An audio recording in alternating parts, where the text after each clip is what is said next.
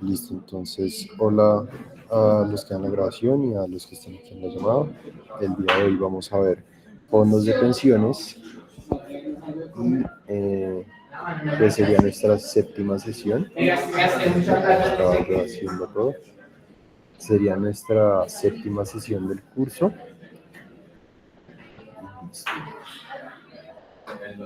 Entonces, esperen que cargue esto. Si de pronto en algún momento se va el internet o me escuchan entrecortado, me interrumpen o me escriben si algo por el grupo de WhatsApp, ¿vale? Que aquí pues en la universidad el internet la verdad es bastante malo. Entonces pues para evitarnos eso. Gracias. Esperen que ahora no. Bueno, puedo hacer así. Esperemos que cargue. Mientras tanto, ¿qué más les iba a comentar? Estaba hablando con Santiago al inicio de que la posibilidad y pues lo que habíamos hablado de hacer las clases como en horarios aparte, pero pues si las voy a dictar, pues para no dictarlas yo solito, pues si de pronto les mando un link, no sé, un sábado, un domingo, es muy probable que yo dicte sesión el festivo, pues si les mando el link, pues ahí se pueden conectar.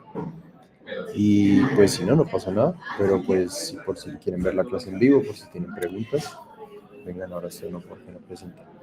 Pues eso es lo que va a hacer. Pero pues ya saben, pues no es obligatorio estar en la llamada, pero aún así, pues sí, pues para no grabar solo esto. Y bueno, no sé qué está pasando, porque no está sirviendo ahora. Necesito presentar. ¿Será el internet? Estoy aquí conectado a esto. No quiero poner otro internet porque me cambia. Y esta sesión está chévere, no está tan densa.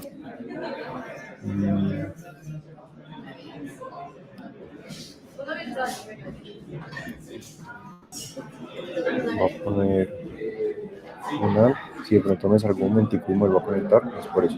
Voy a cambiar un momentico de red.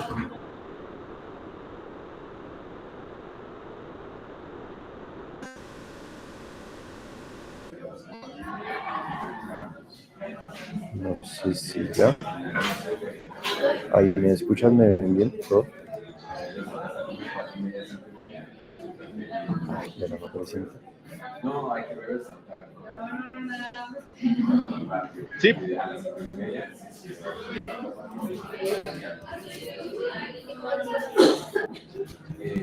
Gracias, perdón.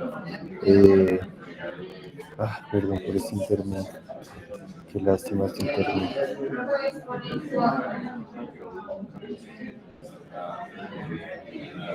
No, qué fail. Bueno, mientras carga. Ya, por fin. Listo. Entonces, perdón por el inicio estrepitoso. Entonces, el día de hoy vamos a ver fondos de pensiones. Ya saben el disclaimer, esto pues no es monetizado de ninguna forma. Es meramente... En primer lugar, pues se analiza pues qué son los fondos de pensiones, AFPs y otras cosas. AFPs, pues administradoras de fondos de pensiones. Se definen sus objetivos, también se conocen diferentes tipos de sociedades, fondos de pensiones obligatorios, voluntarios, administración de obligaciones pensionales y cesantías del sector público. También administración de fondos de cesantías, que es bien importante como solo, o sea, separar fondos de pensiones de las cesantías, beneficios tributarios en los fondos de pensiones y protección a los consumidores en el sistema general de pensiones. ¿Listo? Entonces, bueno, esto no me quedó mal, pero bueno. Metas clave del módulo, pues se las digo yo así por encima, que ustedes entiendan qué es una AFP, una administradora de fondos de pensiones, que puedan diferenciar entre un fondo de pensiones voluntarias y un fondo de pensiones obligatorias. También que puedan diferenciar entre los regímenes de fondos de pensiones, que, bueno, mientras hecho aquí carreta, que puedan diferenciar entre los regímenes, que son dos. Uno se llama el RAIS, otro se llama RPM, uno es público, otro es privado, ya lo vamos a ver más adelante. También que puedan diferenciar como todas las caracterizaciones en términos de plazos de los fondos de pensiones, los riesgos que hay asociados a sus inversiones, también como el público al que está dirigido, porque ustedes pueden pensar, no, pues está pensado por los viejitos y demás. No, esto está pensado pues para todo el sistema en Colombia y es un sustento muy importante que ya vamos a ver, ¿vale? Entonces, bueno, esas eran las metas que no sé por qué aquí me quedaron. Supongo que alguien las editaría. Pero bueno, primero, ¿qué es un fondo de pensiones y cesantías? Entonces, lo más básico es que gestiona los recursos de la seguridad social en pensiones en Colombia. Para que pues entiendan, seguridad social es todo lo que comprende a esos beneficios que tienen los trabajadores al pues precisamente estar trabajando. Se les asegura que precisamente coticen en una pensión para que a futuro, cuando estén en una edad mayor, cuando estén viejitos, tengan un ingreso que no dependa de su trabajo, sino que sea un ingreso que les permita pues sostenerse. Por eso se conoce como seguridad social, porque pues ayuda pues a las personas precisamente por eso. Entonces, en el 90 se crearon las administradoras de fondos de cesantías por una ley que se llama la Ley 50.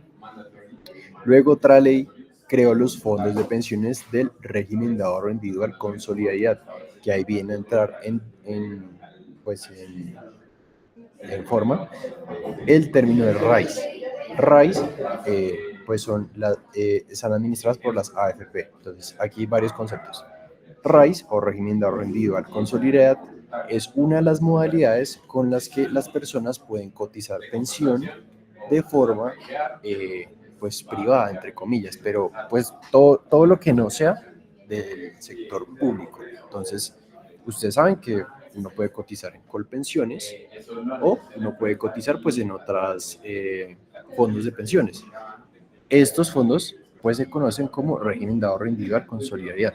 Ya vamos a ver cómo funciona cada uno. Y las AFP se conocen como administradoras de fondos de pensiones, que también ya vamos a ver como detalle qué son, que de hecho son parecidas en el sentido de los fondos de inversión colectiva que vimos la sesión pasada, porque también administran, solamente administran, no es que eso sea de ellos, sino que administran todo ese monto de las pensiones. ¿Listo?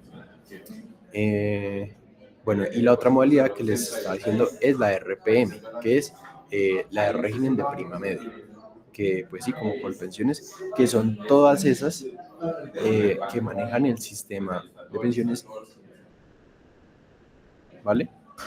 Hay unas diferencias muy claves entre pues los que coticen en RAIS o los que coticen en RPM, que ya las vamos a ver más adelante. ¿Listo? Entonces, en primer lugar, entendamos que es una AFP, una administradora de fondos de pensiones, según el EOS, que aquí les dejé pues, que es el Estatuto Orgánico del Sistema Financiero. Este estatuto definió que las AFPs o las administradoras de fondos de pensiones son sociedades de servicios financieros vigiladas por la Autoridad Financiera, obviamente, objeto social exclusivo, habilitadas para administrar fondos de pensiones. Entonces, los fondos de pensiones no solamente es como la gente trabaja y pues una parte de su salario se destina a la pensión, que pues la manda la empresa, ¿no? Estas pensiones también las pueden dividir en ciertos aspectos, porque digamos que hay personas que pueden tener unos excedentes en sus ganancias y deciden, esa plática yo la quiero ahorrar para que cuando yo esté mayor o para que cuando tenga una necesidad precisamente pueda disponer de ella o tener como ahí mi colchón para mi vejez. Eso es muy importante. Entonces, las que conocemos son las obligatorias, que pues obviamente es todas las personas que estén trabajando de forma oficial tienen que cotizar una pensión. Asimismo, las cesantías también las consignan. Estas pues, las pensiones obligatorias pues es para la vejez y las cesantías se pueden utilizar, si no estoy mal, es para salud, vivienda, desempleo y educación y remodelación de vivienda, bueno, otras cosas, que eso también está más adelante, pero digamos las personas que tienen excedentes en sus ingresos pueden cotizar también una pensión y esta pensión se llama pensión voluntaria, que es otra de las modalidades de los fondos de pensiones. Ya vamos a ver también esas pensiones voluntarias, cómo funcionan Y por último, los patrimonios autónomos de naturaleza pensional, que por ejemplo es cuando la gente pues tiene una plata grandota, un montón de dinero, y esto le hace que pues puedan ahorrarlo o ponerlo de forma más eh, responsable, si se puede decir, a rentar, porque en vez de que tengan esa plata sola en una cuenta de banco, pueden decir, no, quiero tener esto, que me lo administre un fondo de pensiones y me lo difiera en pagos o que me lo haga rentar al mismo tiempo, ¿vale? Entonces, daticos. El 31 de diciembre del 2021, en este corte, se determinó que el ahorro de los fondos de pensiones obligatorias era de 357 billones de pesos, según la Superfinanciera. Y el de las voluntarias era de 30 billones. Entonces, FPO, para familiarizarnos con los términos, es fondos de pensiones voluntarias. Y FBP, fondos voluntarios de pensiones o de pensiones voluntarias. ¿Listo? Voluntarias y obligatorias. ¿Listo? Ese monto correspondía al 33% del PIB en Colombia de ese mismo año, que corresponde al ahorro de 17 millones de colombianos. Entonces, ¿por qué les digo esto? Porque los fondos de pensiones son literalmente, no son el motor, pero son un eje súper central de la economía. Eran en ese momento prácticamente un tercio de la economía. Ahorita pues no les tengo el dato de 2025 o 2024. Esto lo saqué de la guía, yo solo me remito a la guía. Pero sí, o sea, las pensiones mueven muchísima plata, porque si se dan cuenta, las obligatorias era 350 y las voluntarias 30 billones, más o menos el 10% de las obligatorias. Pero aún así es una cantidad gigantesca de plata. ¿Y esto por qué sea? Pues porque muchas personas utilizan este método para ahorrar, no solo de forma obligatoria para sus trabajos, sino también porque son conscientes de que cuando cumplan una edad ya no van a poder trabajar y este ingreso es muy importante pues para subsistir, ¿listo? Entonces los fondos de pensiones son un motor en la economía muy importante. ¿Listo? Ahora, lo que les estaba diciendo es muy importante para precisamente toda la economía del país, sobre todo pues nosotros en Colombia. ¿Listo? Ahora, ¿de dónde se financian pues los fondos?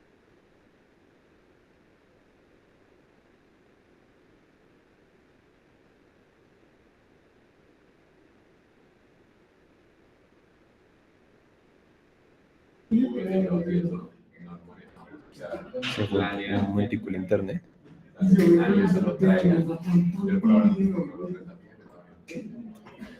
Sí, sí me están escuchando ahí. O no. Ahorita ya, sí, sí se fue por un momento. Vale.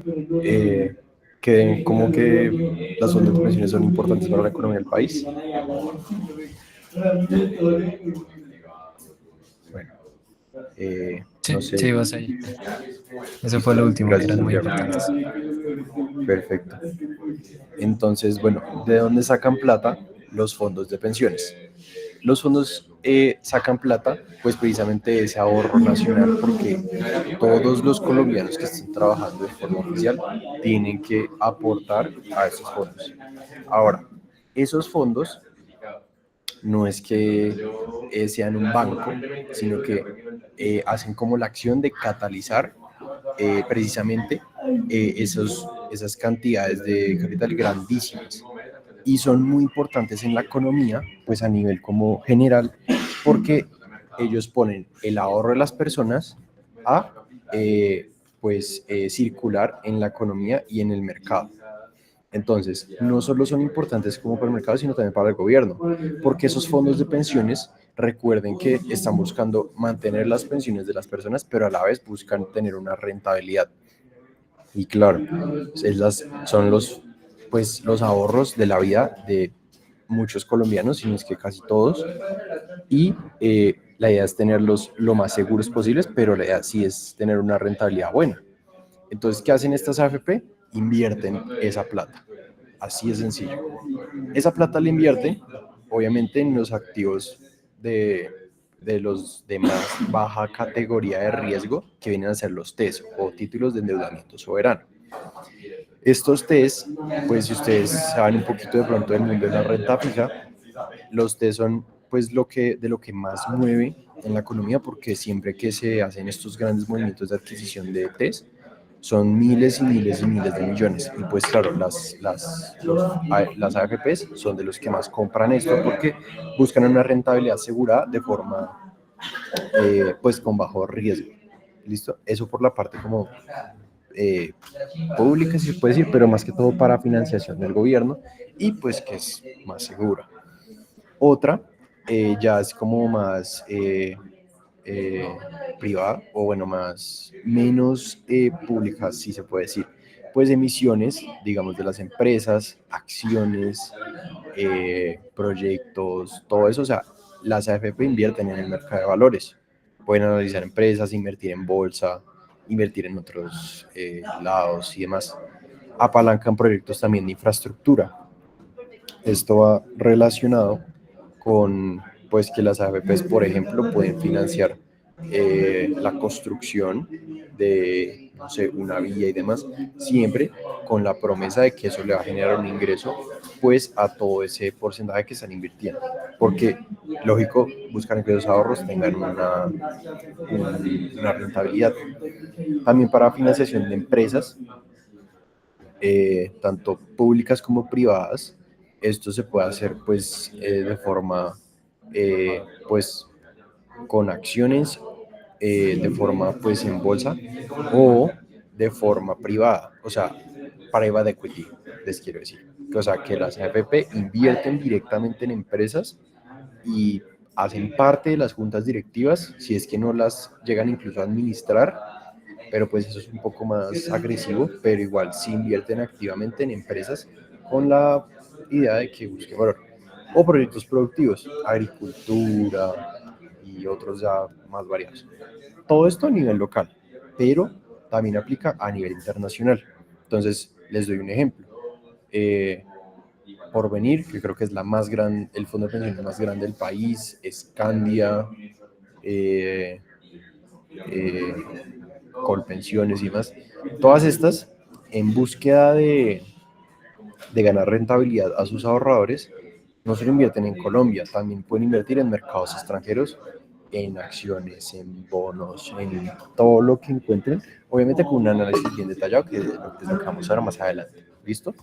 Esas son como las fuentes de financiación de los fondos. Ahora, sí vamos a ver qué es un fondo, como desde el detalle. Entonces, ¿cuál es la estructura que tiene el sistema de protección social en Colombia o SPS, que también así se le denomina? SPS es el conjunto de políticas públicas destinadas a disminuir la vulnerabilidad y a mejorar la calidad de vida de los colombianos respecto a sus derechos de salud, a la pensión y el trabajo.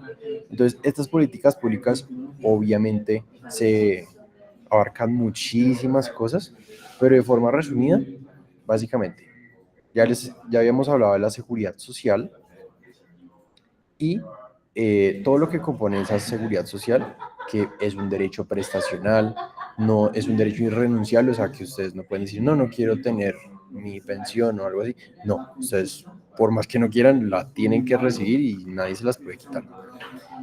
También es un avance progresivo, sujeto a principios de eficiencia, universalidad y solidaridad.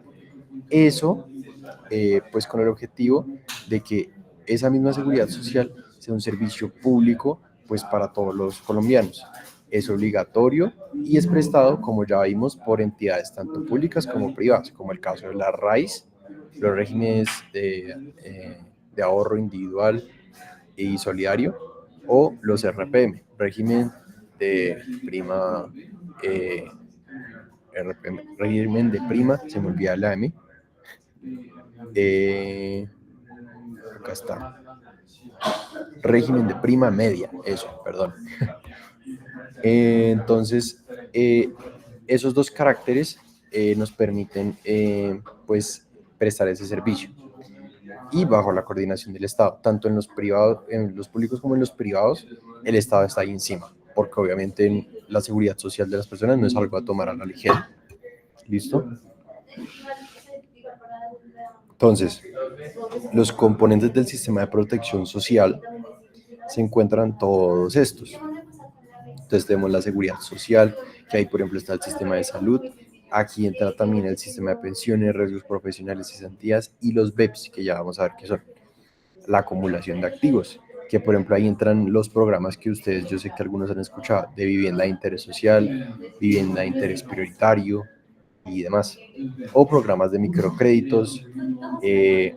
No sé si estoy seguro si entran los programas de, sí, pues los subsidios, porque pues por ejemplo los BIS, uno haga que sea subsidios y más, formación de capital humano, programa de atención a la primera infancia, educación, trabajo, manejo de riesgos. Esto es complejo porque los riesgos se dividen en sociales, ambientales y económicos. Hay que tener mucho cuidado con que pues las empresas, porque pues para eso es el sistema de protección, tienen que tener cuidado de que sus actividades no pongan en riesgo tanto a sus trabajadores como a los actores alrededor de estos. En temas sociales, ambientales, estos son muy polémicos, y económicos, que también vamos a ver, por ejemplo, que las empresas eh, pueden hacer un aporte voluntario a sus trabajadores. O sea, que tras de que les cotizan su pensión, hay empresas que tienen sistemas de, por ejemplo, les hacen un ahorro como extra, por decirlo así, a sus trabajadores con el objetivo de incentivarlos y más. Y puede que esto sea como condicionado o no condicionado, que ya lo vamos a ver también. Sistema de atención a las víctimas, para prevención y atención a desastres y demás. Pero nosotros a dónde nos vamos a centrar, en el de seguridad social integral, que ahí está el de sistema de pensiones. ¿Listo? Aquí abajito está el de promoción social, familias en acción y todo pues tema de pobreza. Entonces, hay tres pilares para el sistema de protección para la vejez, hablando pues de las AFPs, pero pues se consideran que son beneficios para los adultos mayores que ya no trabajan. Y pues estos tres pilares son estos que me imagino que los han escuchado en las noticias, porque esto es muy importante. Tenemos el pilar subsidiado, que son aquellas personas que tienen ingresos muy pues bajitos, pero que pues aún así alcanzaron a cotizar un poquito de pensión. Entonces, ¿qué pasa? El Estado da ayudas totales o parciales, o sea, prestaciones contributivas o semicontributivas, como los BEPS, que BEPS aquí se los dejé, que son beneficios económicos periódicos, prestaciones cuyo valor excede a la contribución que realiza el beneficiario. Entonces, como en un ejemplo, digamos que había una persona que vendía o tenía un negocio, pero ese negocio le daba poquito dinero. Aún así, esa persona siempre cotizó súper juiciosa sus semanas de pensión por el mínimo. Entonces, a pesar de que esa persona de pronto no cotizó una cantidad pues tan considerable, el Estado, como es un pilar subsidiado, se encarga de que cuando esa persona le tenga que llevar su pensión, le va a dar su correspondiente monto. ¿Listo? Por eso se dice que es el pilar subsidiado, que pues el beneficiario no cubre todo el costo. Luego tenemos el pilar contributivo, que pues es como el más común, pues sí, más, pues no común en cantidad, pero sí como más conocido, si se puede decir, más sí.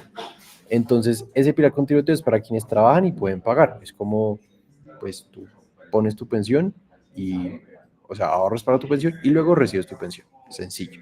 Es obligatorio cotizar para recibir la pensión. Y ahorita vamos a ver como el número de semanas, la edad, todo eso. Pero sí, es obligatorio cotizar el número de semanas, tanto para hombre como para mujer, y lo maneja Colpensiones y las AFP, que son los fondos privados. ¿Listo? Luego tenemos por último el pilar voluntario, que es para quienes tienen una capacidad de ahorro extra, que era lo que les decía, y permite aportar más dinero voluntariamente para complementar la pensión obligatoria, recibiendo a cambio beneficios tributarios, que eso está por allá en lo último de la guía. Se puede hacer como aportes voluntarios en los fondos de pensiones obligatorias administrados por las administradoras de fondos de pensiones o en los fondos de voluntarios de pensión. ¿Cómo así? Ustedes tienen una plática extra que les está llegando cada mes. Ustedes dicen, voy a ahorrar para mi pensión un porcentaje de esa plática extra o la ahorro todo. Entonces, ustedes pueden hacerlo de dos formas. pueden hacerlo como aportando desde el fondo de pensiones obligatorias, pues administradas por las administradoras de fondos de pensiones, o hay fondos exclusivos para voluntarios, o sea, para pensiones voluntarias. Un ejemplo, si no estoy mal, en Scandia hay un fondo que es solo para las pensiones voluntarias. Entonces, ¿qué pasa en este fondo? Es que pues es un monto, sí, considerable, pero es completamente separado del fondo de las obligatorias. Entonces, las pensiones obligatorias de Scandia, en este caso, invierten en unos activos, en unos portafolios, tienen, mejor dicho, una estrategia muy diferente a las voluntarias. Las voluntarias invierten en otras cosas, por ejemplo, como son personas que están dispuestas a pagar como este porcentaje extra, muchas de estas personas les pueden decir, venga, yo quiero ahorrar una parte de mi pensión en Bitcoin, y pues lo tienen que hacer. O sea, el fondo tiene que hacer caso porque pues igual esas son las personas que voluntariamente quieren hacer ese ahorro. ¿Listo? Entonces, básicamente, así es como se puede hacer esa cotización en el pilar voluntario.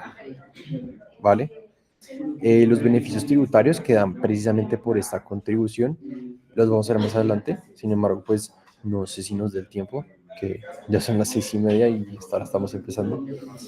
En primer lugar, la definición objetiva del sistema general de pensiones. Entonces, este sistema general de pensiones, como ya les había dicho, se divide en dos, el RAIS y el RPM, que ya se los dejé bien explícito. Pero, pues, ambos pues tienen un conjunto de normas y son organismos y contienen procedimientos definidos por el Estado para amparar a sus afiliados contra contingencias derivadas a la vejez, la invalidez y muerte. Voy a hacer énfasis en estas dos últimas. No sé si ustedes sabían, pero la gente que está como pensionada, sí, una vez cumple cierta edad, ya puede aplicar ya tiene su pensión. Sin embargo, también hay pensiones por invalidez y muerte. Entonces ustedes se preguntarán, bueno, ¿qué es invalidez y qué pasa con la muerte? Invalidez es que, por ejemplo, las personas sufren un accidente y pues esa persona estaba cotizando su pensión, tenía un número de semanas y pues depende del caso, depende como la condición de la persona, pero digamos que esa persona ya no puede trabajar. Entonces, ¿qué pasa? Pues se le va a dar una pensión pues para que esa persona pueda subsistir, ya que no puede trabajar, pero se puede mantener pues con esa pensión. ¿Y qué pasa con las de muerte? Las de muerte, pues sí, tal como su nombre lo dice, son pensiones por personas que fallecen, pero ustedes pues dirán, pues si la persona fallece, pues ¿quién recibe la pensión? ¿No? Este es otro tema, ahí la puede recibir cónyuges, hijos y bueno, ahorita vamos a las características porque eso se los muestro más adelante, pero pues pasa a familiares y cercanos con ciertas características muy puntuales. Entonces, características de estos dos. Las pensiones son para contingencias de las personas, no pertenecen a la nación. O sea, esto es del ahorro de las personas, no de la nación. O sea, el gobierno no puede echarle manito a esto. Así como en otras palabras. Y tampoco a las entidades que lo administran. Como les decía, puede que lo administren un fondo así grandote, pero eso es o sea, de los cotizantes, no del fondo. ¿Listo? Y estos dos regímenes, otra característica es que compiten entre sí. Una persona obligada a cotizar solo puede estar vinculada a uno de estos dos. Entonces, tiene que elegir entre uno de estos dos. No puede estar en ninguno de los dos, pero pues sí se puede hacer traslados entre cada uno. También puede contratar planes de pensiones complementarios dentro o fuera del sistema general de protección. ¿Listo? Entonces, RAIS, régimen de ahorro individual y solidario, y el RPM, régimen, se me olvidó la P, régimen de prima media. Es un poquito enredado, pero bueno. Entonces, para comparar como ahora sí las diferencias principales entre los fondos privados y los fondos públicos, o bueno, Colpensiones básicamente, o el RAIS y el RPM. Entonces, el que administra primero, en los REIs son las sociedades privadas. ¿Cuáles sociedades privadas hay acá en Colombia? Tenemos Scandia, tenemos Porvenir, no, creo que Alianza es otra. No estoy tan seguro de qué Colfondos. otros. Eso, Colfondos. Hay hartos, pero estos son de carácter privado. ¿Listo? Son RAIs. Y en el público tenemos a Colpensiones, que es la empresa del Estado que pues se encarga de manejarlos. ¿Listo? ¿Cómo se calcula la pensión de la persona? Que esto también es muy, muy importante. De pronto, pues a algunos les llama la atención como, ay, mi papá cómo calcula o mi abuelo cómo calcula. Depende, en el caso de los RAIs, depende del capital acumulado en la cuenta individual. Entonces, esa persona estuvo ahorrando toda su vida, aportando, se va a dar ese monto y tras del hecho, pues se va a dar ese aporte, se le van a hacer rendimientos y también se le van a poner, en el caso de que la persona los tenga, bonos. Ahí depende pues en qué trabaja la persona y demás, pero también se pueden poner bonos que tenga esa persona a lo largo de toda su vida, pues, de laboral. Pero en el caso del sector público, sí es una prestación definida. Definida es que no es como tanto lo que, o sea, lo que aporta la persona, sí influye, pero es más que se calcula sobre el promedio de salarios de los últimos 10 años o de toda la vida. ¿Listo? Entonces aquí es como más, no sé, más fluctuante respecto a este. Y si se dan cuenta, aquí en ningún momento tiene la parte de rendimientos. ¿Listo? Entonces, pues aquí no hay como un incentivo tan llamativo como en este. Sin embargo, muchas veces dicen que este pues rinde más que este, ¿cierto? Pero bueno, ahí ya depende. La edad de pensión aplica pues en ambos casos. Para mujeres es de 57 años y de hombres es de 62 años. ¿Listo? Pero pues en el caso de los fondos privados, se puede hacer desde cualquier edad, siempre que el capital financie el 110% de una pensión mínima. Entonces, pues la pensión mínima está estipulado en que, pues, si no estoy mal, no puede estar menos de un salario mínimo de ese año. Y pues ya depende del fondo. Pero pues o sea, con lo que quiero que se queden acá es que mujeres 57, hombres 62 años para pensionarse. Y en el caso de los fondos privados, sí puede ser a cualquier edad, pero bajo unas condiciones especiales. Así de sencillo. Monto de la pensión. Este es variable. Como les decía, pues depende de lo que haya ahorrado, la edad, beneficiarios, expectativa de vida, porque también hay fondos que consideran mucho eso. Pero en Colpensiones o en los fondos públicos, es el porcentaje del ingreso base de liquidación, o el IBL, que puede ser entre el 65% de su salario al 55%, o sea, puede ser desde eso, hasta el 80%. O sea, puedes variar entre como, sí, no sé si está bien aquí lo que puse, pero 65, 55 hasta 80%. Y esto obviamente tiene que ser mayor al salario mínimo mensual legal vigente. Entonces, por ejemplo, si una persona se ganaba 10 millones de pesos, el 65% de eso, si no estoy mal, sería 6.500.000, si hago bien mis cuentas, y el salario mínimo mensual vigente ahorita es 1.453.000, creo. Entonces, sí cumpliría. Pero, por ejemplo, si la persona no, no, no llegaba a eso y digamos que ganaba 2 millones de pesos, claro, el 65% no llega al salario mínimo mensual legal vigente. En este caso se sube y se llega al menos a que sea mayor al salario mínimo legal mensual vigente. ¿Listo?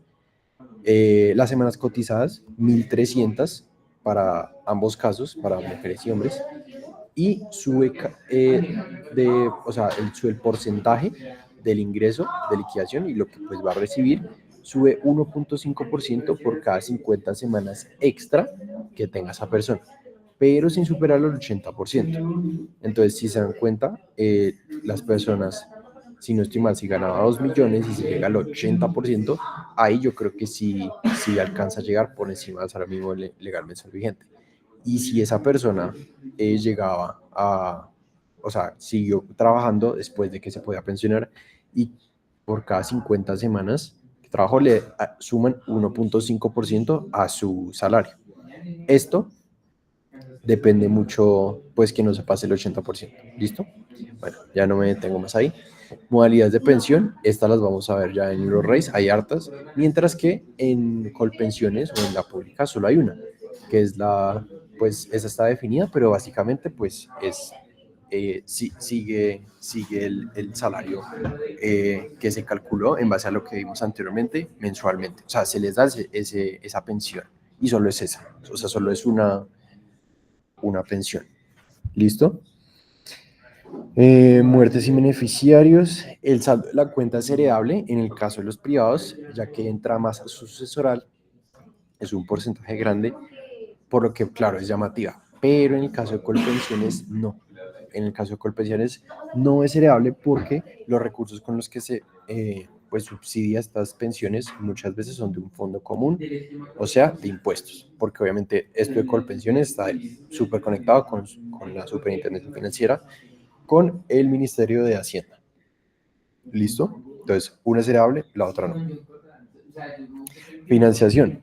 Entonces, estos se financian, o sea, sacan el dinero de la pensión desde el saldo de la cuenta individual o lo que se le pagan, los bonos pensionales que tengan en los trabajos que hagan las personas y seguros. Los seguros, pues depende obviamente de los seguros, pero ahí también la pueden aportar. También estos tienen una garantía mínima financiada por el Fondo Solidario de las AFP de 1.5%. ¿Cómo así?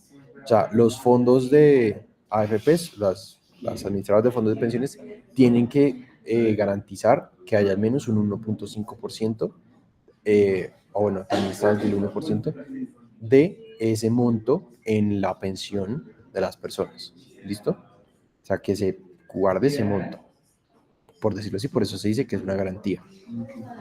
Mientras que en el de público es un fondo común de reparto. Entonces, pues, mucha gente aporta y ahí están los fondos. Y en el caso de que falte, se subsidia desde el presupuesto nacional. ¿Listo? Destino del aporte, cuenta de ahorro pensional individual o propiedad del afiliado. Ahí se abre su cuenta y ahí la recibe.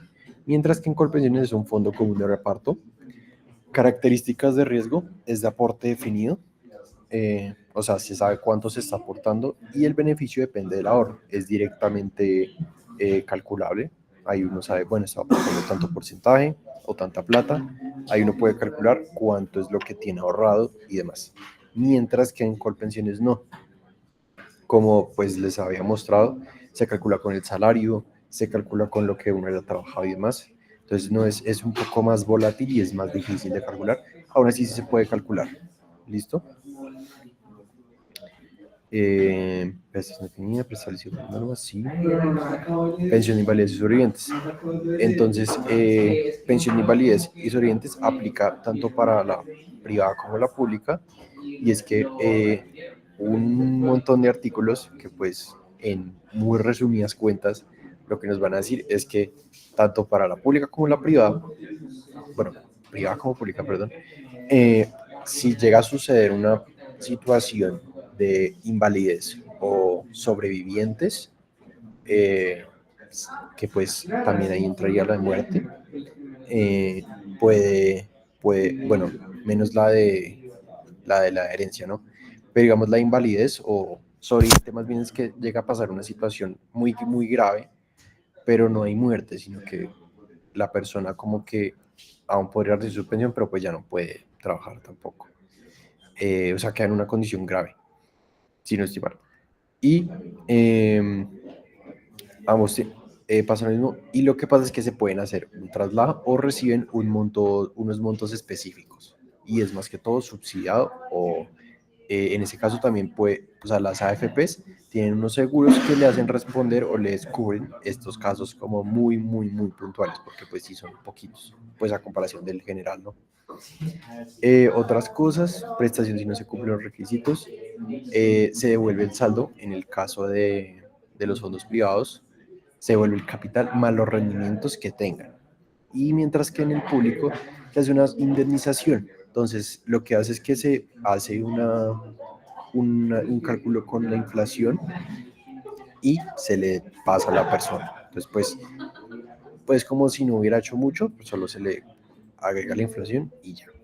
Muertes sin beneficiarios. Como es heredable, pues el saldo entra más a sucesoral, o sea que pasa a la herencia de a quien se lo tenga que pasar. Mientras que en la otra, pues la plata que ahorró, pues baila. Se queda en el fondo común y se distribuye pues en otras personas. Excedentes de libre disponibilidad sí existen. Entonces, ¿qué pasa acá? Se pueden retirar si la pensión supera el 70% del salario base y el 110% del mínimo. Entonces, salario base, recordemos que es el salario por el que la persona está cotizando la pensión, y 110% del mínimo, pues es el salario mínimo que haya en ese momento. Entonces, que si se puede como tener un extra sobre la pensión normal, sí, sí cumple estos parámetros, pero solo en el privado, en el público no. Garantía estatal de pensión mínima, el Estado garantiza los ahorros y el pago de las pensiones. Entonces, hay un fondo, que es el Fondo de Garantía de Pensión Mínima, que en el caso de que suceda una externalidad y demás, esto lo financia el Estado. En el caso público, el Estado garantiza el pago de beneficios y se agotan las reservas de colpensiones, que pues es muy poco probable, pero igual, como les decía, esto es subsidiado directamente desde Hacienda, ¿vale? Control y vigilancia, en ambas la superfinanciera tiene ahí full control de lo que está pasando. ¿Listo? Entonces, el seguro profesional, que pues es básicamente todas estas situaciones que les podía comentar que podían pasar, que afectaran a las AFP, de que pudieran pasar cosas de que se muere o hay un accidente y más, y tienen que pagar. Las administradoras de fondos de pensiones también tienen seguros contra esto. Entonces, ¿qué es esta cobertura? Es una póliza colectiva que las AFPs contratan a través de una licitación pública con una compañía de seguros de vida autorizada. Porque claro, estos seguros ya son muy específicos, ya son unas pensiones pues grandes o pues constantes, entonces no puede ser cualquier cosa, tiene que estar autorizado. Entonces, ¿cuál es el objetivo? Protege a los afiliados contra los riesgos de invalidez y muerte de origen común. El seguro completa el capital necesario en la cuenta individual para financiar la pensión de invalidez o de sobrevivencia, ya sea en modalidad de renta vitalicia o retiro programado. Entonces ya vamos a ver por qué estas modalidades pueden generar pues que este seguro sea complejo, pero pues protege a que la persona que está afiliada sí pueda recibir su pensión sin ningún problema. Exclusiones de origen profesional. La invalidez o muerte de origen profesional causada por el trabajo no está cubierta por este seguro, sino por las ARLs. Entonces, en caso de que la persona estaba cotizando su pensión y se murió, bueno, falleció por algún accidente laboral, esta indemnización de los seguros los cubre la ARL. ¿Listo? Otro tema, la financiación. La prima de este seguro se paga dentro de la cotización obligatoria. Entonces, digamos que la persona del 16% que se cotiza mensualmente en su seguridad social, un 3% se destina a pagar este seguro previsional y la comisión de administración de la AFP. Entonces, todo esto es lo que ahí va a pagar y a financiar todos estos seguros. Y esto sí lo pagan todos los que coticen en este régimen. Mientras que en el de prima media, en el régimen de prima media o público, estos riesgos pueden ser asumidos directamente por el fondo común, porque pues no, como son casos tan puntuales, no hay como una necesidad tan grande. Pero en caso de que haya algún caso puntual, el AF, bueno, el régimen de prima media también puede contratar seguros. Pero pues lo que hace normalmente es que saca el fondo común. Requisitos para acceder. Para tener derecho a esta cobertura, el trabajador debe haber cotizado al menos 50 semanas dentro de los últimos 3 años anteriores al accidente o fallecimiento. Entonces, con que esa persona ya haya cotizado 50 semanas, ya tiene derecho a obtener este tipo de seguros que precisamente le evitan que haya algún problema. ¿Listo? Riesgo de no cotizar. Si no se cumple con la cotización requerida, el afiliado o su familia quedan desprotegidos y pierden la cobertura del seguro ante estos eventos. Entonces es muy importante por eso. Entonces 50 semanas es un año. Básicamente no estoy tan seguro, pero sí es más o menos eso. Entonces listo. Ya hicimos como las acotaciones entre cada uno de los regímenes. Entonces, todas las personas deben sí o sí elegir uno. Entonces, cuando el afiliado decide entre escoger si régimen de prima media o régimen de ahorro individual subsidiado en el Sistema General de Protección, tiene que aceptar cada prestación que ofrezca cada uno de estos. Entonces, si por ejemplo yo elijo el de régimen de prima media, yo me acoplo a que mi pensión, por ejemplo, estaría sujeta a lo que dicte Colpensiones, o sea, el promedio de mi salario, temas del salario mínimo y demás. Y si es en el tema del RAIS, yo como que acepto a que voy a hacer eso. Entonces es muy importante dejar en claro que si eligen uno, pues están aceptando esas condiciones. Entonces, esas condiciones precisamente son de vejez, invalidez y sobreviviente, como vimos anteriormente, y esas administradoras de fondos de pensiones deben suministrar toda la información necesaria pues al trabajador sobre qué es lo que va a pasar si llega a entrar o bueno, a cotizar en ese régimen. Esta elección es libre y voluntaria. Normalmente cuando entran a trabajar en una empresa, pues les van a preguntar en qué fondo quieren cotizar y ahí ustedes pueden elegir.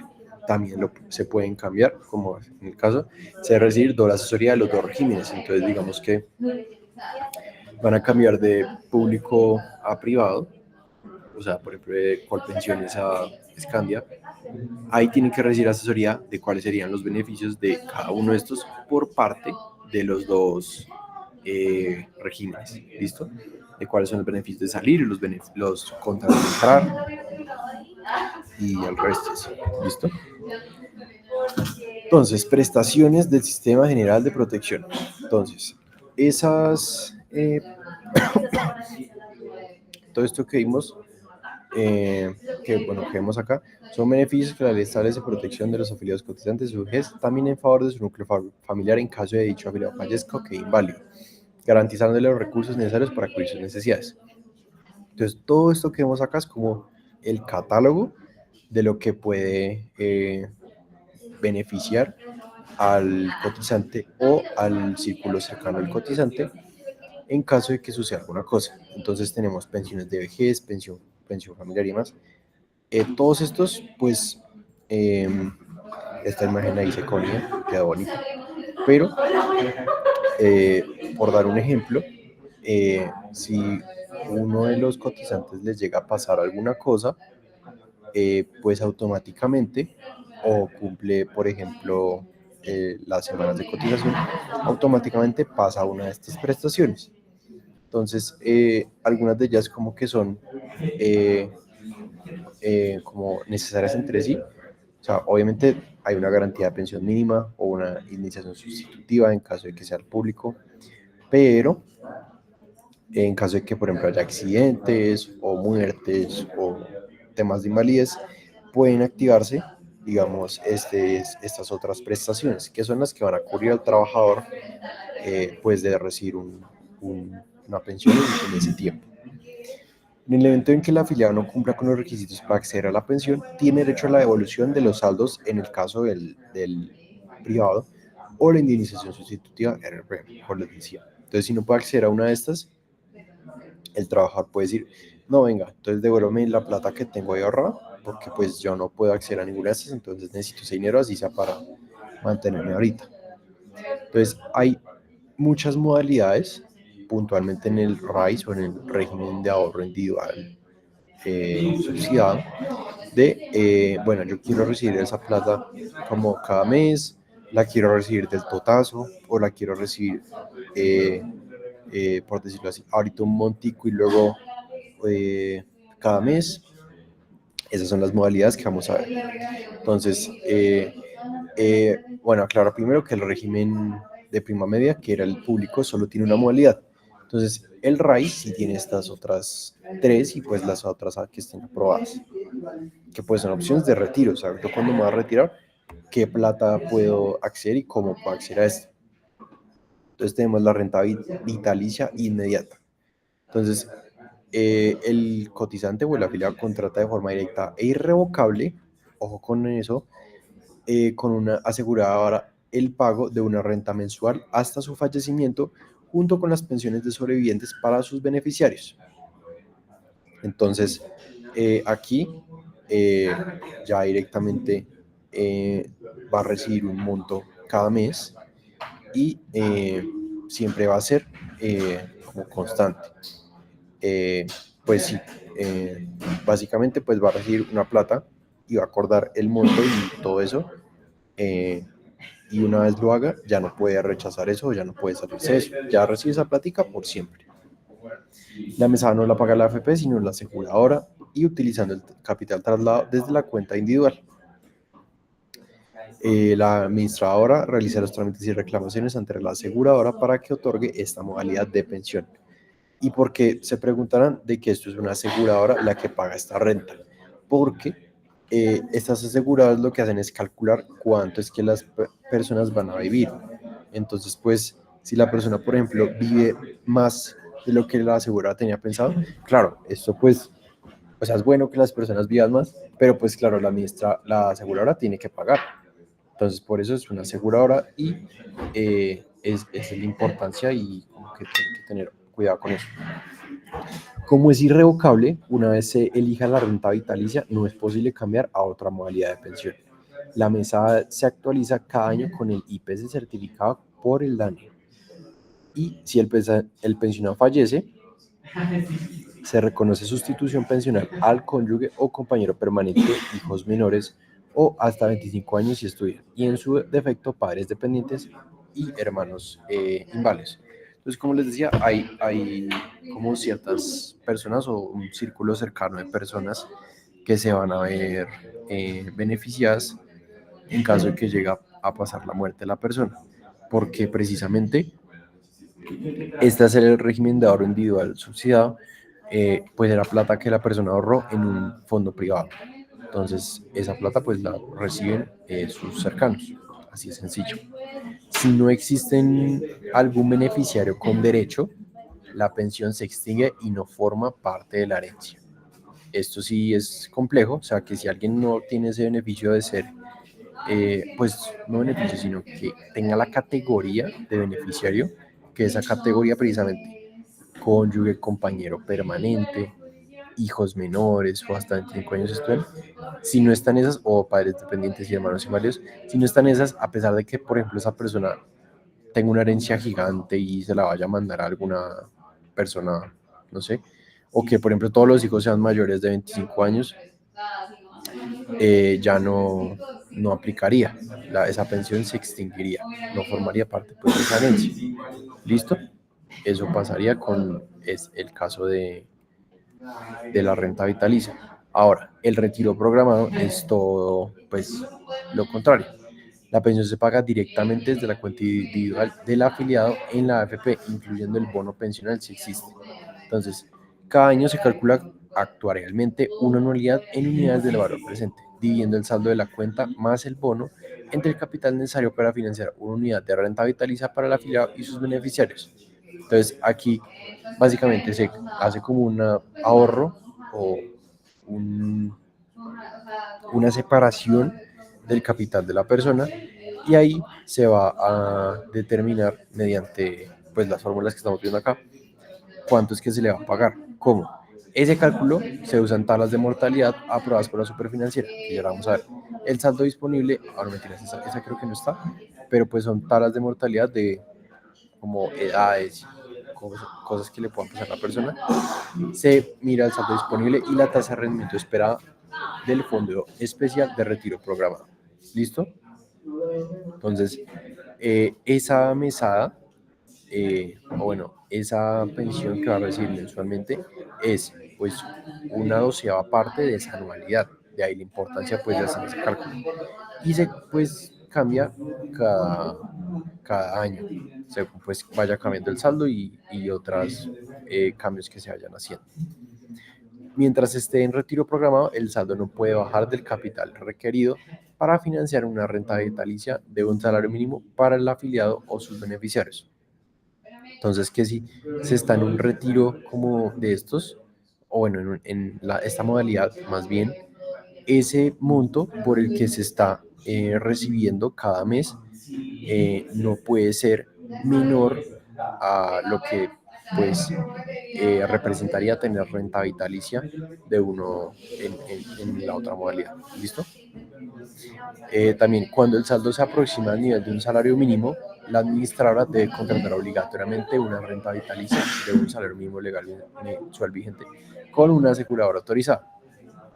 Entonces, como que la ventaja del retiro programado es que básicamente, si esa persona tenía mucha plata ahorrada, puede recibir esa plata diferida en periodos de 12 meses, por ejemplo. Bueno, pues ahí está. Y se va como bajando. Y a medida que se va acercando un salario mínimo, ahí el AFP o la administradora automáticamente cambia la modalidad a renta vitalicia. ¿Listo? Después, este retiro programado sí es más complejo, pero, por ejemplo, ahí sí permite montos mayores porque tomas lo que haya cotizado a la persona directamente y saca una anualidad con eso. ¿Listo? Y pues la última es la combinación de las dos, retiro programado con renta vitalicia diferida. Entonces combina las dos y básicamente se contrata a la aseguradora con una renta vitalicia que empezará a pagarse desde una fecha futura determinada. Entonces, mientras llega esa fecha, mantiene su continuidad los recursos necesarios para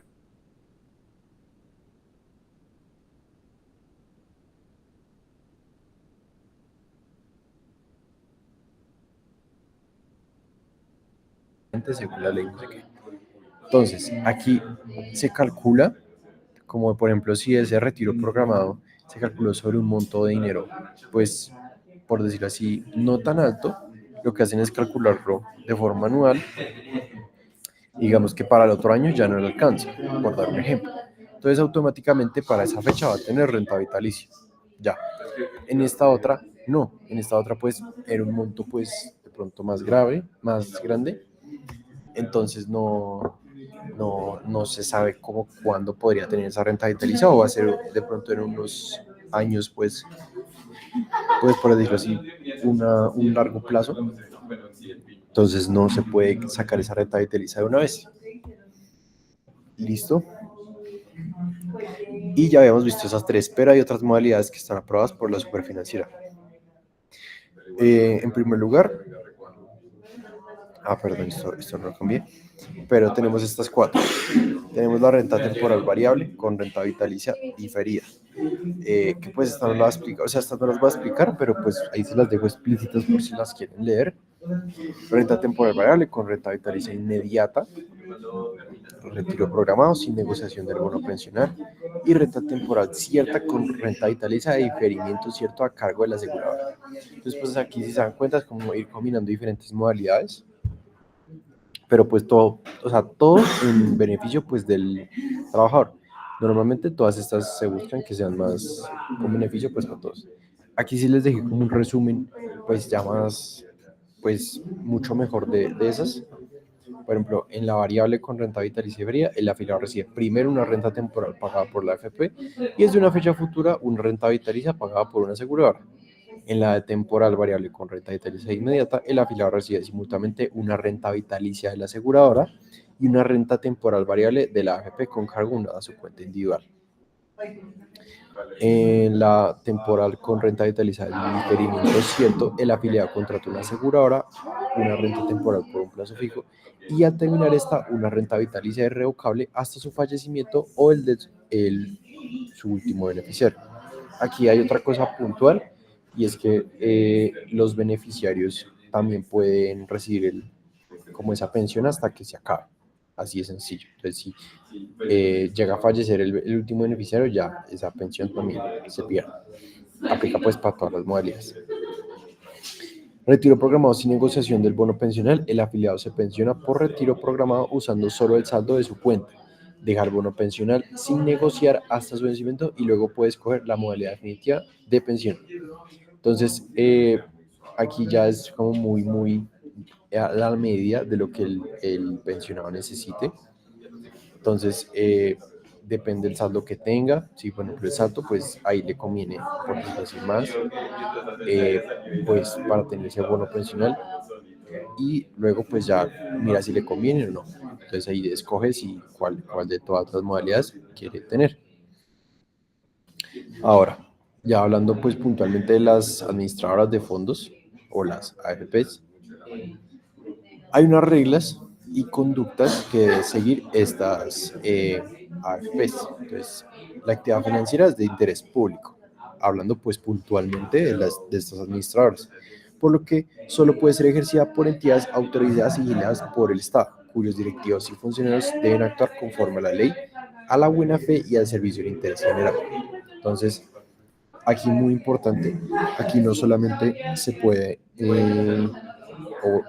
o la idea es que se rente ese dinero conforme a la ley, sino que también como que los que estén a la cabeza de todos estas administradores de fondos sean conscientes de que están manejando el dinero de muchas personas y sobre todo sus ahorros para pues tener una vejez sana. Entonces no es como algo de juego y algo como a la ligera. Entonces todo esto es muy complejo, por lo que se espera que las personas tengan una buena fe y es un servicio de interés general. También porque mueve la economía, como les decía, y pues porque obviamente son las pensiones de mucha gente. Aquí algunas, como por decirlo así, conductas que se espera que sigan, como no concentrar el riesgo o no invertir en otras sociedades por montos no autorizados, nos deben suministrar información suficiente, deben llevar contabilidad adecuada o no pueden divulgar inmediatamente información reservada, ese tipo de cosas. ¿Listo? Otra cosa muy importante, ¿cómo es la jerarquía que tiene pues los administradores de fondos de pensiones? Entonces, ese se parece un poquito al de los FIX, pero pues ya vamos a ver las diferencias. En primer lugar tenemos la Asamblea de Accionistas, es el máximo órgano de las administradoras, es integrado por todos los accionistas que se reúnen al menos una vez al año o de forma extraordinaria. ¿Cuál es el rol de estos? Elegir la junta directiva, el revisor fiscal y defensor del consumidor financiero.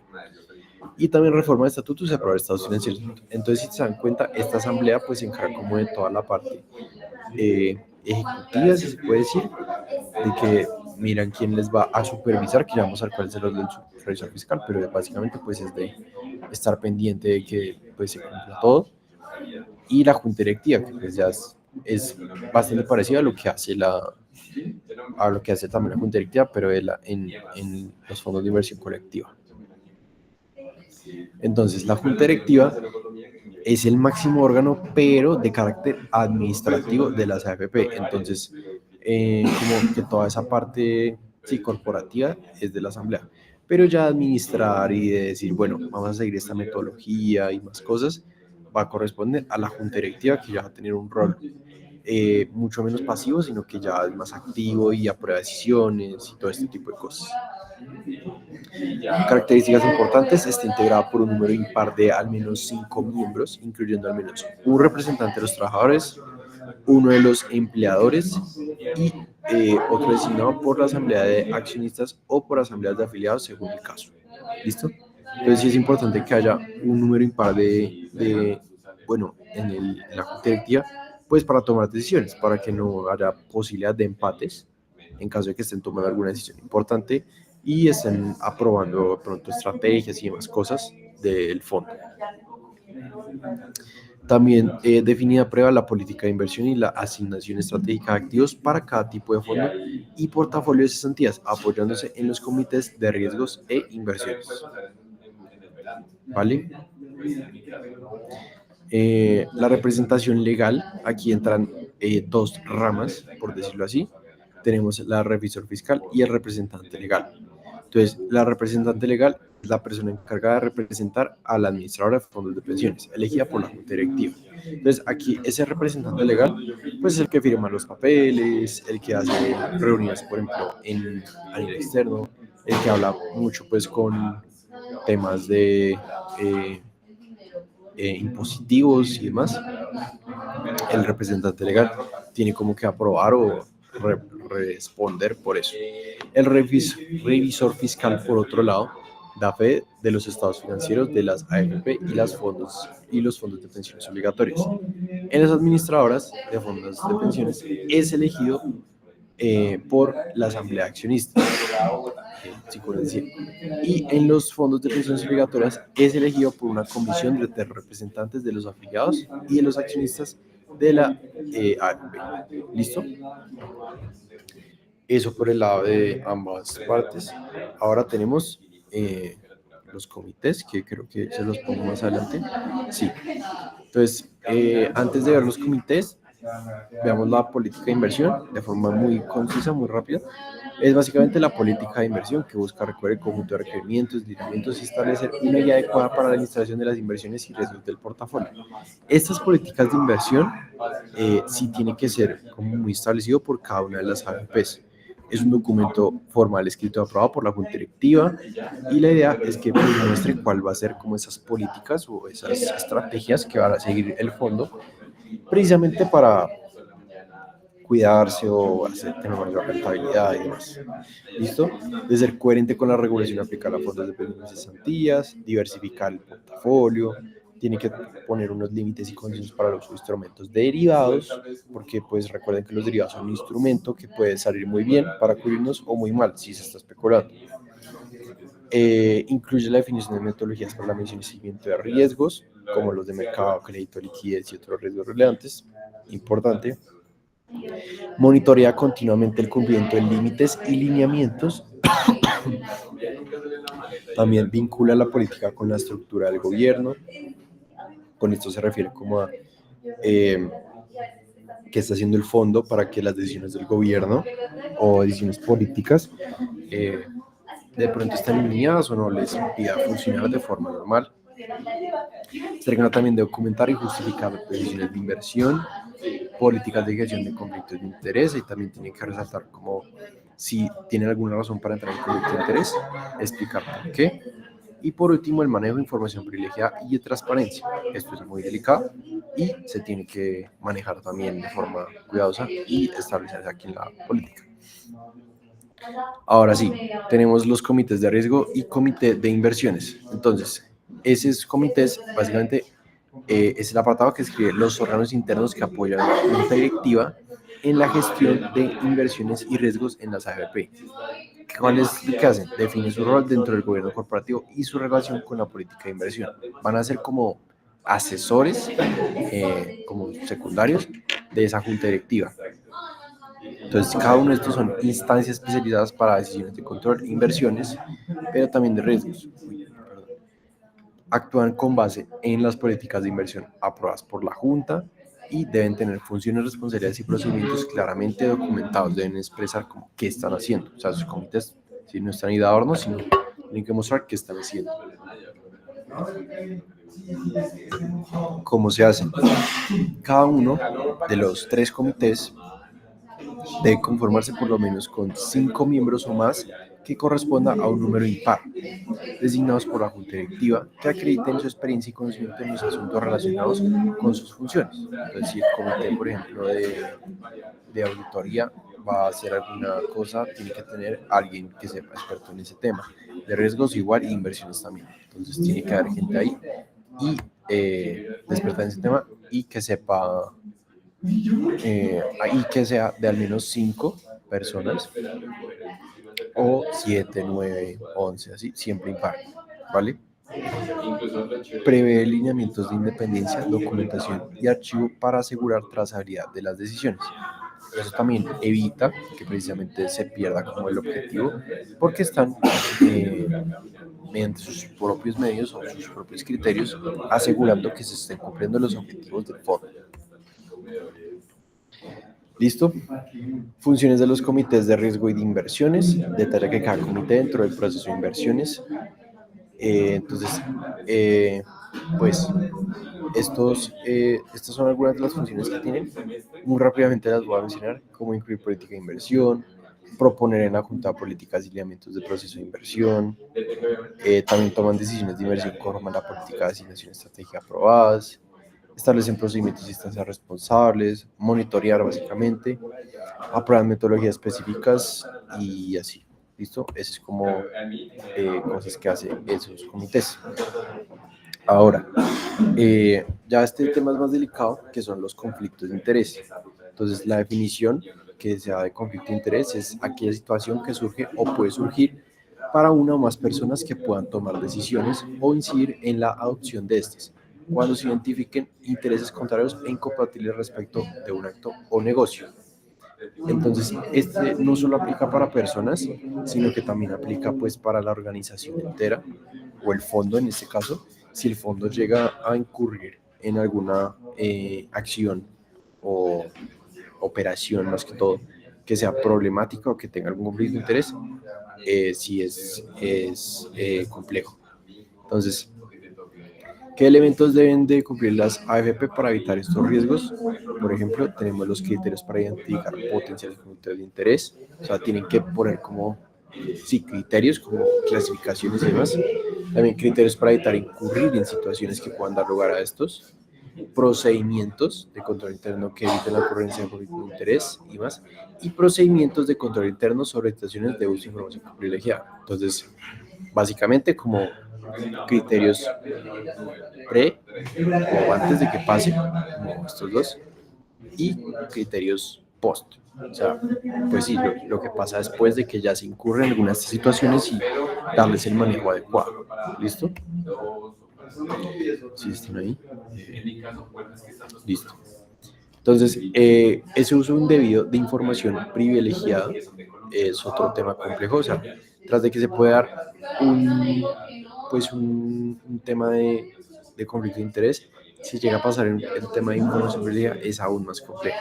Para ello, pues, sí tiene unos principios orientadores, pero antes de verlos, es pues aquella información reservada, no divulgada al público, debiendo serlo o concreta y relevante para un inversionista prudente, cuya divulgación podría afectar el precio de los valores, puede usarla o divulgarla para obtener beneficios propios o de terceros en el mercado. Esa es como la definición de información privilegiada. Entonces, precisamente para evitar que se llegue a ocurrir en este tema, hay unos principios orientadores que promueve la guía para precisamente evitar que se pasen eso. Entonces tenemos los principios orientadores, por ejemplo, de transparencia, que son todos los, pues todos tienen que tener acceso a esa información.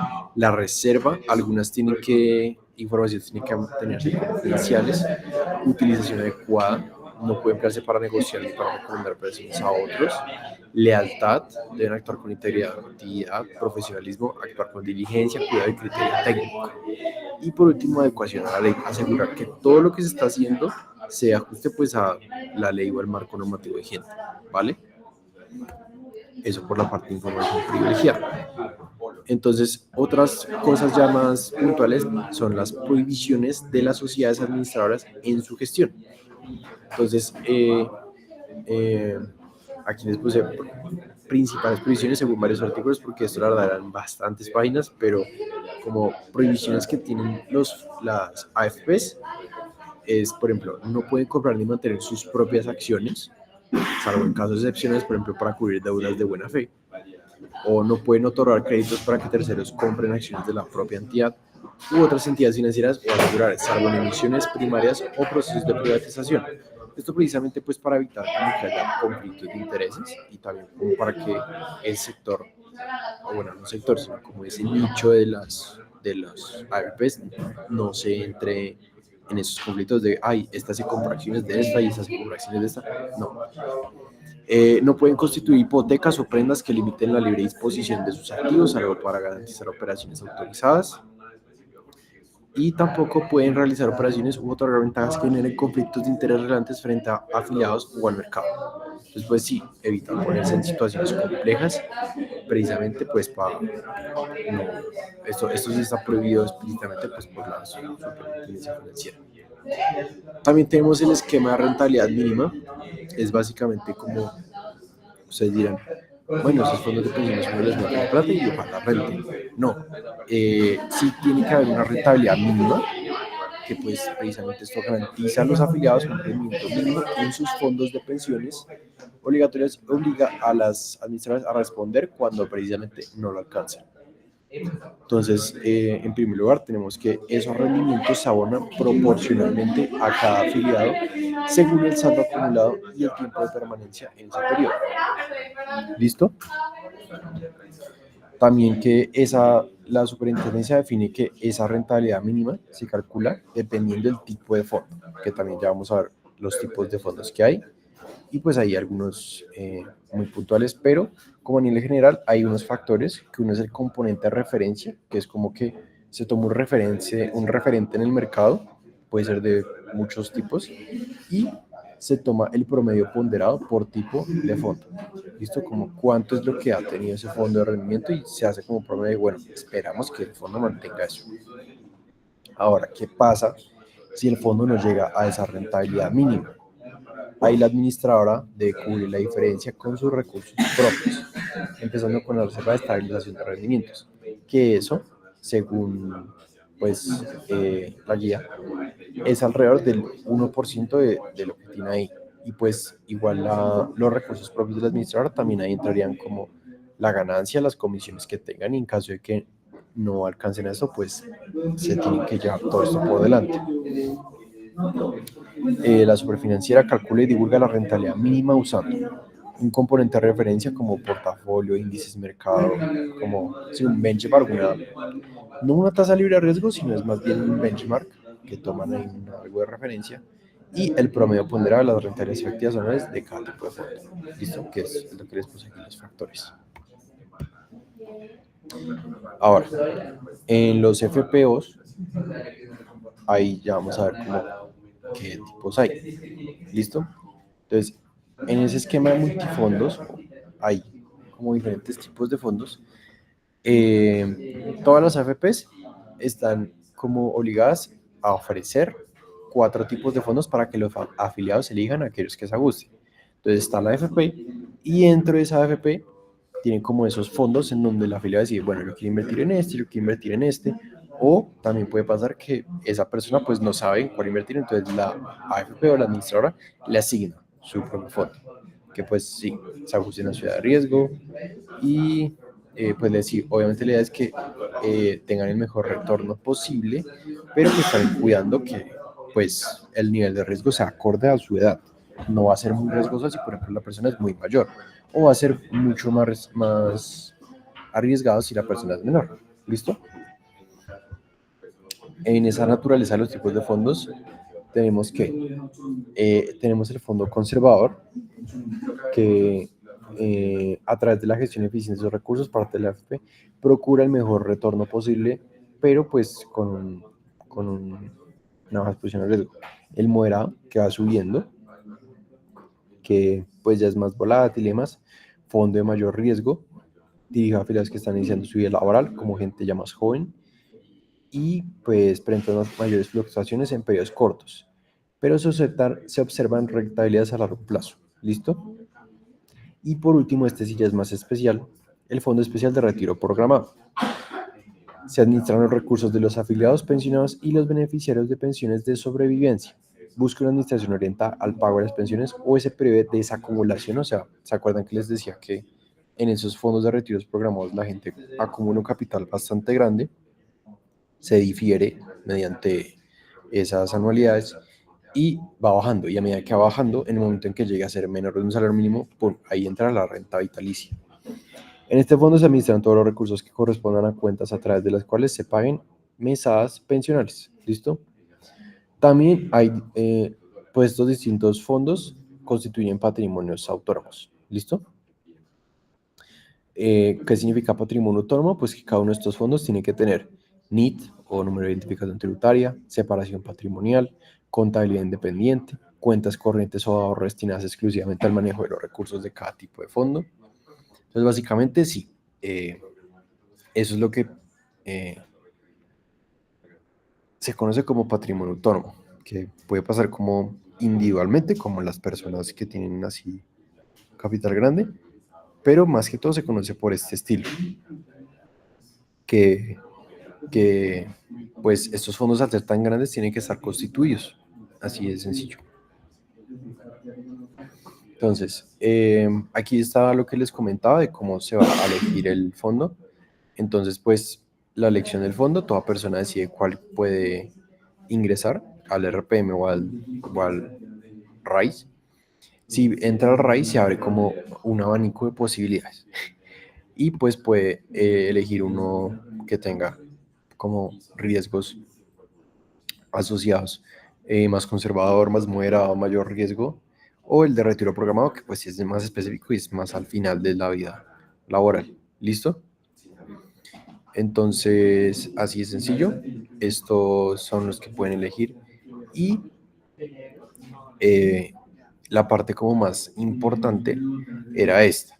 Entonces, este es un mecanismo pues automático que usan las administradoras para poner a la gente en base pues tanto al género como a su edad, de cuál es el fondo que va a asignársele precisamente para pues tener como una categorización de todos sus afiliados. Entonces, aquí por ejemplo, digamos que una persona tiene una pensión o un ahorro acumulado de 100 millones de pesos. Entonces, ¿qué se va a hacer acá?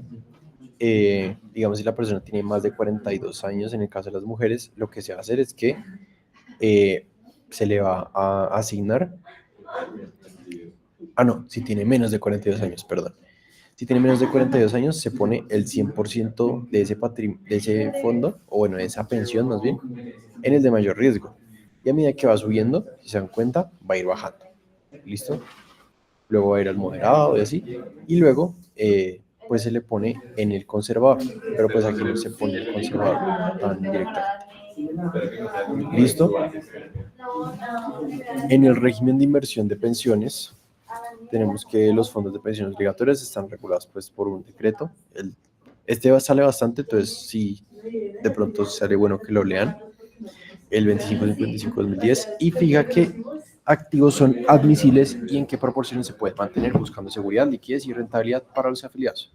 Entonces aquí básicamente le ponen un límite bueno, ustedes tienen este fondo o son una administradora de fondo de pensiones, en qué pueden invertir, cuánto pueden invertir, en dónde pueden invertir y demás. Entonces, por ejemplo, esas inversiones admisibles, o sea, lo que se permite a nivel nacional, incluyen, por ejemplo, títulos de deuda pública, títulos de entidades vigiladas por la superfinanciera, bonos, títulos, y bueno, más títulos, participaciones en fondos de inversión colectiva, FIX, y fondos de capital privado, así como valores participativos o acciones. Entonces, todo esto a nivel nacional, pero a nivel internacional abarcan deuda soberana, bancaria, deuda de otros emisores extranjeros, títulos de organismos multilaterales, participaciones de ETF en commodities, divisas, hedge funds y fondos inmobiliarios o de capital privado del exterior, y sujetos siempre a la regulación y supervisión de equivalentes. ¿Listo? También se permiten otras operaciones, como por ejemplo depósitos vista en establecimientos de crédito nacionales y bancos del exterior, depósitos remunerados en el Banco de la República, derivados con fines de cobertura de inversión, reposos simultáneas activas, productos estructurales de capital protegido y transferencia temporal de valores, que eso es TTV. Todos estos activos deben cumplir requisitos mínimos de calificación de riesgo y están sujetos a límites por tipo de fondo, por emisor y por concentración accionaria, que pueden ser ajustados por la superfinanciera según la normativa vigente. ¿Qué pasa entonces? Tenemos todo este abanico de activos que pueden acceder los fondos. Sin embargo, no todos los fondos pueden acceder a estos. Entonces hay fondos que, por ejemplo, no tienen como las cualidades o los montos necesarios para exponerse de pronto a unos activos más riesgosos que otros. Entonces pueden hacerlo ya proporcionalmente. Algunos fondos sí están autorizados, por ejemplo, a transar en el exterior, otros no tanto, están más limitados y también depende de los activos. ¿Listo? También tenemos ahora las cotizaciones voluntarias en los fondos de pensiones obligatorias.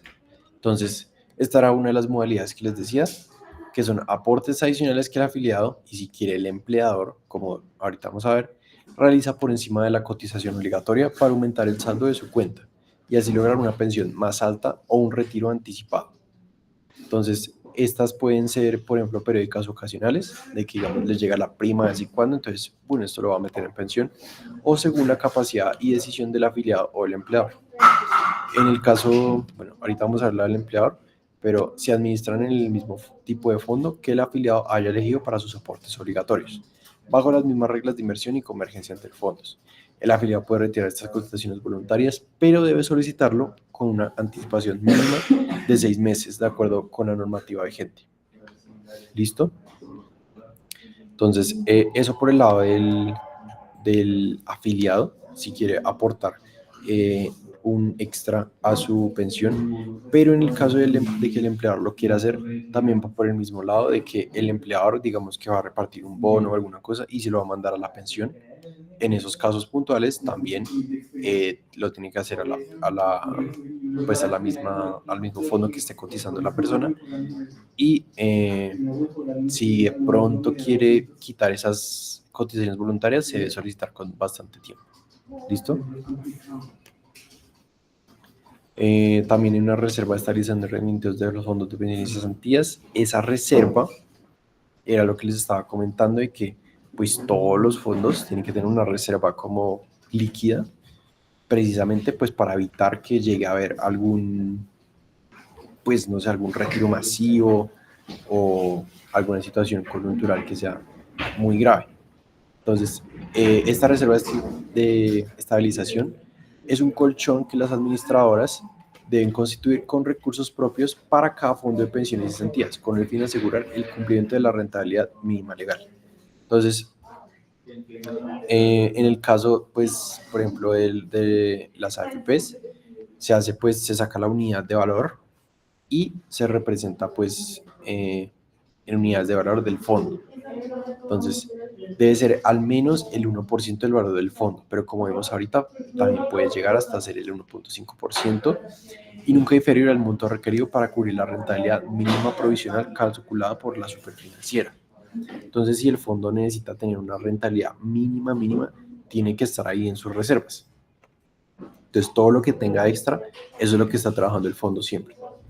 Si usa la reserva para cubrir un déficit de rentabilidad mínima, la AFP debe reabastecerla en el mes siguiente al cierre. O sea, si llegan a hacer uso de esa reserva, tienen que volverla a llenar. ¿Listo? Si la reserva es inferior a lo exigido, la superfinanciera puede imponer una multa equivalente al 3.5% del defecto mensual a favor del Fondo de Solidaridad Pensional. Entonces, esto es súper, pues, denso. Entonces, si esa reserva llega a bajar muchísimo, les pegan una multa, pues, del 3.5% de lo que les falte. ¿Listo? Entonces, pues, y a medida que vayan faltando, pues cada mes, pum, multa. ¿Listo? Fondos voluntarios de pensión. Ya este es por el lado de los voluntarios, el otro era los obligatorios. Entonces, como hablamos un poquito de los voluntarios, son un vehículo de ahorro e inversión que capta y administra recursos de personas y patrocinadores, que esto es lo que vamos a profundizar, para cumplir uno o varios planes de pensión, de jubilación e invalidez. Entonces, aquí varios figuras. En primer lugar tenemos los partícipes, que pues son las personas pues normales, que el beneficio se crea con el plan y pueden vincularse a planes individuales versus institucionales. Los patrocinadores, o sea, quien sea el que también ayuda a dar ese plan, que pueden ser empresas, sociedades, sindicatos, asociaciones o gremios que apoyan precisamente a estas instituciones. Y los beneficiarios, que como ya sabemos, pues son personas naturales que no son el partícipe, sino que son aquellas que tienen el derecho, por ser cercanos o por cumplir unas condiciones de eso, para recibir las prestaciones de capital o renta establecidas en el plan. ¿Listo? Los aportes se gestionan colectivamente en un mismo fondo, buscando resultados económicos para el grupo de partícipes. Entonces, como les decía, hay un fondo, por ejemplo, Porvenir. Porvenir tiene las obligatorias y tiene las pensiones voluntarias. Entonces, son dos cosas separadas. Y en este caso puntual de las voluntarias, esas sí, pues van a ser como colectivamente administradas. ¿Listo?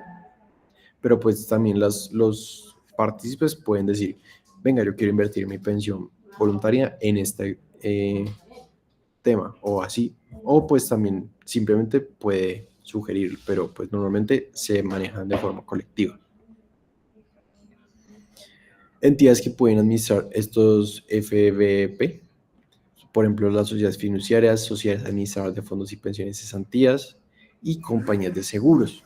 Entonces, por ejemplo, también están todas estas fiducias que están muy relacionadas a los bancos. Por ejemplo, creo que casi todos los bancos tienen alguna que otra fiducia. Bueno, no todos, pero sí la gran mayoría. Esto facilita que pues las personas puedan acceder a estos fondos voluntarios sin necesariamente tener que estar cotizando algunas veces. ¿Listo? Estas sociedades administradoras pueden administrar uno o varios fondos voluntarios de pensión con una autorización de la superfinanciera. Entonces, por ejemplo, un fondo de pensiones puede administrar más de un fondo voluntario. Entonces, puede que haya unas voluntarias puntualmente para, no sé, enfocadas en un activo y demás cosas. Pero pues, como en muy resumidas cuentas, puede haber más de un fondo voluntario administrado por una AFP. ¿Listo?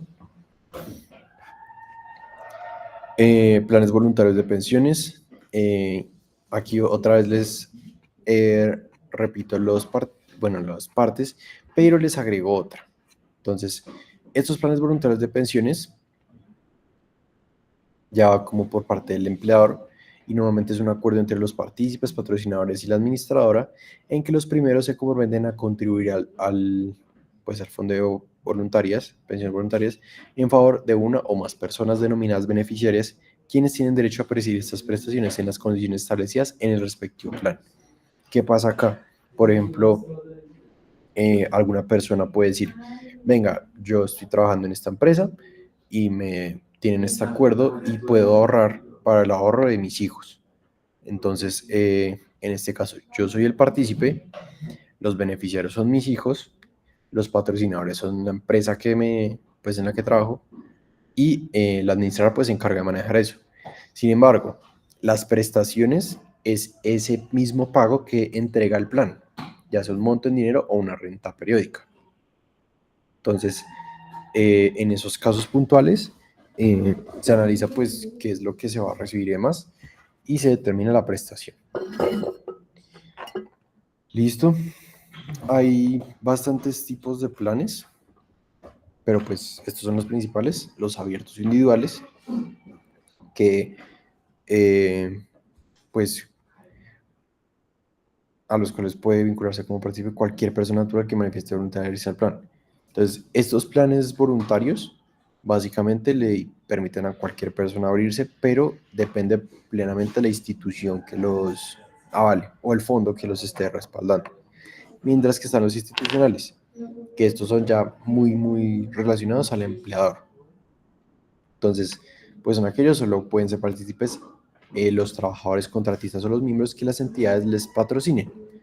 Entonces, ¿qué pasa? Cuando una empresa arma estos planes, esa misma empresa tiene ciertas condiciones muy, muy específicas que debe mostrar para poder aceptar o pues hacer que sus trabajadores coticen esa pensión, que es como un fomento o un incentivo que se les hace.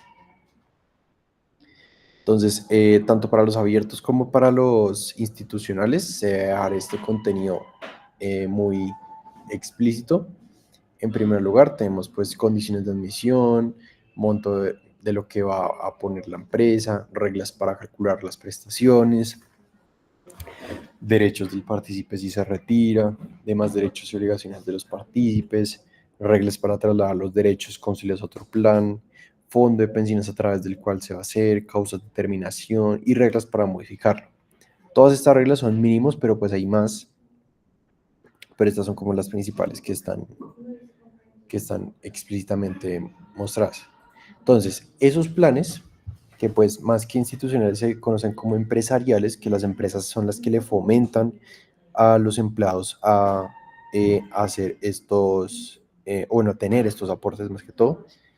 Entonces, pues primero que todo son planes voluntarios de pensión en los que una empresa o organización crea y financia un esquema de ahorro para sus trabajadores, contratistas o miembros a través de un fondo voluntario de pensiones. Entonces, esas empresas pues realizan aportes al fondo bajo condiciones definidas en el plan a nombre de sus vinculados. También funcionan como un beneficio laboral o corporativo que complementa la pensión obligatoria. Sus principales ventajas son incentivar el ahorro de largo plazo y mejorar los ingresos de las personas en la etapa de retiro. Entonces, hay dos condiciones, o bueno, dos tipos de planes que pueden recibir las personas. En este caso, el primero es el plan condicionado, o sea que el dinero que aporta la empresa solo pasa a ser el trabajador si se cumplen ciertas condiciones futuras. Por ejemplo, seguir en la empresa cierto tiempo. Estos son muy comunes, pero pues se les conoce como condicionados. Pero también están los que son sin condición, que pues son muy buenos. ¿Por qué? Porque el dinero es del trabajador desde que se aporta y se abona de una vez a su cuenta.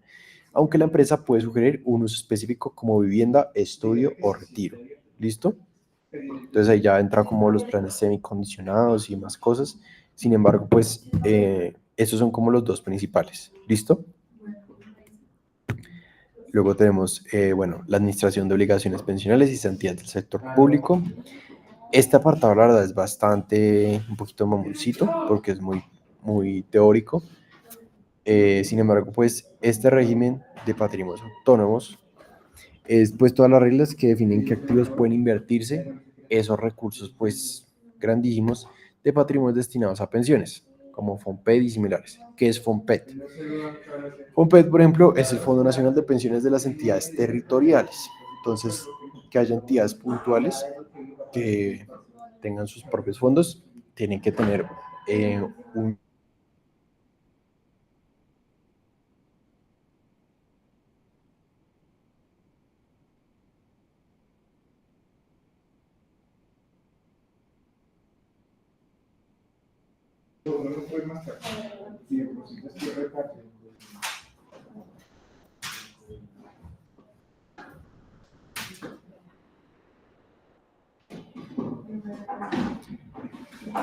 ¿Me escuchan alguien?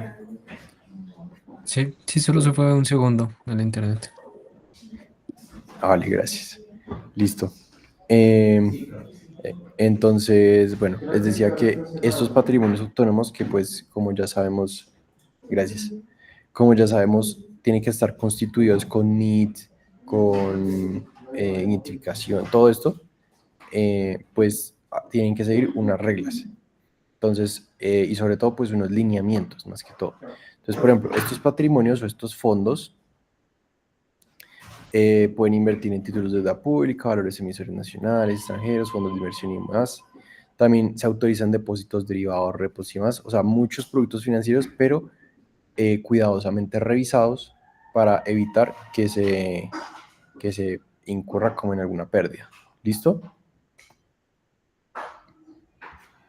También tenemos la administración de patrimonios autónomos para garantizar obligaciones pensionales. Entonces, estos patrimonios autónomos, como pues ya sabemos, son fondos que se están haciendo, pues se garantizan esas obligaciones pensionales al recogerlos y estandarizarlos de cierta forma.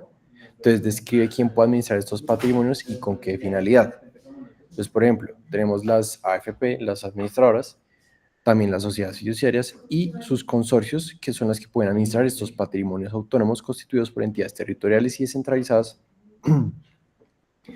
para cubrir pensiones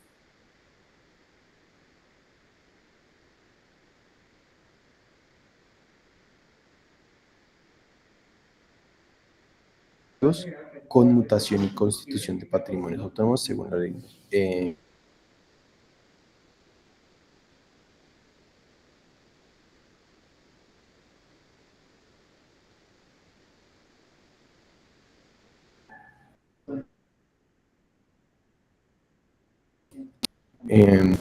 Luego tenemos la contratación de patrimonios autónomos como mecanismo de normalización pensional. Entonces, ¿qué es eso de normalización pensional? Asegurar el pago del pasivo pensional presente y futuro mediante instrumentos jurídicos y financieros. Entonces, aquí sin echar tanta carreta a esto, es básicamente hacen acuerdos, contratos y demás instrumentos legales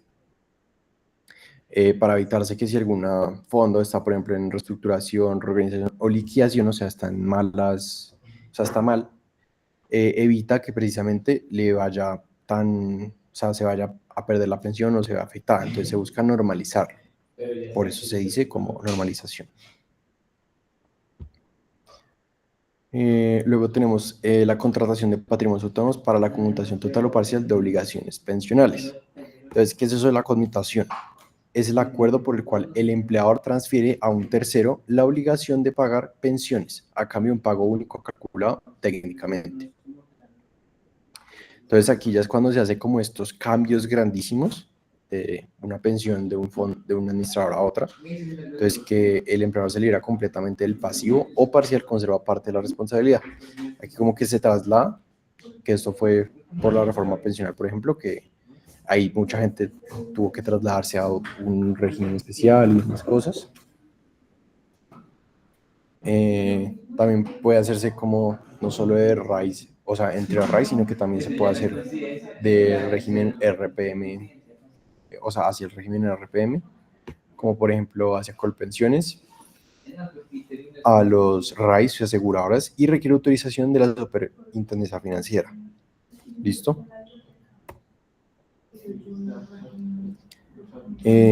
Luego tenemos la contratación de patrimonios autónomos destinados a la garantía y el pago de obligaciones pensionales, que de forma sencilla, patrimonios autónomos contratados solo para garantizar y efectuar el pago de pensiones de una entidad. Entonces esto ya es como muy específico, que una entidad tiene su propio fondo con sus empleados y demás.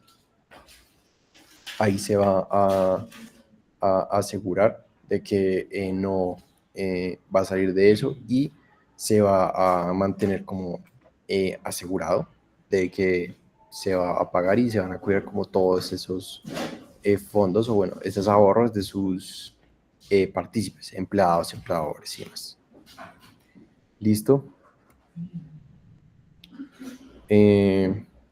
Ahora tenemos la administración de fondos de cesantías, que esta sí es un poquito más chévere. Portafolios de inversión de fondos de cesantías. Entonces, como ya saben, las cesantías también es otra modalidad. Entonces, las sociedades administradoras de fondos de cesantías deben ofrecer dos tipos de portafolios de inversión. Entonces, las cesantías también, como ya saben, es otra parte de la seguridad social. Y cuando las personas invertir, pues, tanto a corto como a largo plazo. Sin embargo, estas también muchas veces se determinan de forma automática, como que las administradoras dicen, tiene tanta edad, tiene tanto ingreso y así, ahí lo ponen. Pero pues ya saben, tienen la de corto plazo y largo plazo, que pues no me va a tener tampoco tanto en esas. El régimen que se hace en estos inversión de fondos de cesantías es básicamente que todo lo que está permitido a invertir en estos fondos de cesantías, que es muy similar a pues a los fondos FPO, a los obligatorios. Los recursos de diferentes tipos de fondos de cesantías y con qué límites, buscando rentabilidad, liquidez y seguridad similares a los fondos de pensiones obligatorias. Listo, entonces aquí pues no voy a tener mucho, tenemos pues que hay diferentes títulos o renta fija, también inversiones en el exterior, también depósitos que se hagan, tanto a nacional como internacional, inversiones que se hagan y, bueno, todas estas inversiones deben cumplir pues, calificaciones crediticias como estándar, de ahí viene que tengan calificación AAA, AA, W y así. Y ahí existen límites globales distintos para el portafolio de largo plazo y de corto plazo. Entonces, tanto por monto como por permanencia en esos activos, no puede tener invertido tanto en ciertos tipos de activos específicos. ¿Listo? Pues esto sí, ya si alguien de pronto ha visto o ha trabajado, sabrá que las cesantías pues se pueden utilizar a pesar de que uno no las vaya, o sea, uno las puede utilizar si las necesita, por ejemplo, para casa, educación, si no estoy mal, si uno está desempleado, uno puede hacer uso de sus cesantías. También pues no es solo como retirarlas, sino también trasladarlas. Entonces pues bueno, aquí ya les dejo como lo que significa cada cesantía. Son una prestación social equivalente a un mes de salario por año trabajado o proporcional que busca proteger al trabajador cuando queda desempleado. Por eso precisamente se puede sacar cuando queda uno desempleado. El empleador puede consignar el valor anual en el fondo elegido por el trabajador a más tardar el 14 de febrero del año siguiente y pagar un interés del 12% sobre el saldo a favor del trabajador. El retiro total de las cesantías se puede dar en todos estos casos. ¿Listo? Que está desempleado, sustitución del empleador, prestación de servicio militar, cambio de salario integral, fallecimiento del trabajador, se permite el todo el chat en estos casos. A ver, aquí se repitió, perdón. Y también se puede hacer un retiro parcial de las cesantías. Esto también es interesante porque, pues, obviamente las cesantías son un ahorro que busca cubrir a los trabajadores, pero esto puede también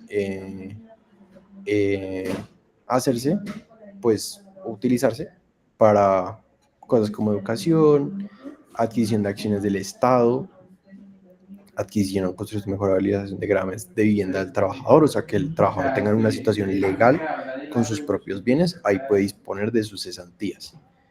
También para pago de préstamos o planes destinados a adquirir o construir vivienda, como les decía, o pago de impuestos, como predial y demás.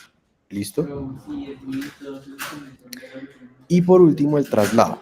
Esas cesantías, por ejemplo, las tienen en un fondo, pero se pueden trasladar al Fondo Nacional del Ahorro y así. Entonces, ¿cómo es que se pueden trasladar?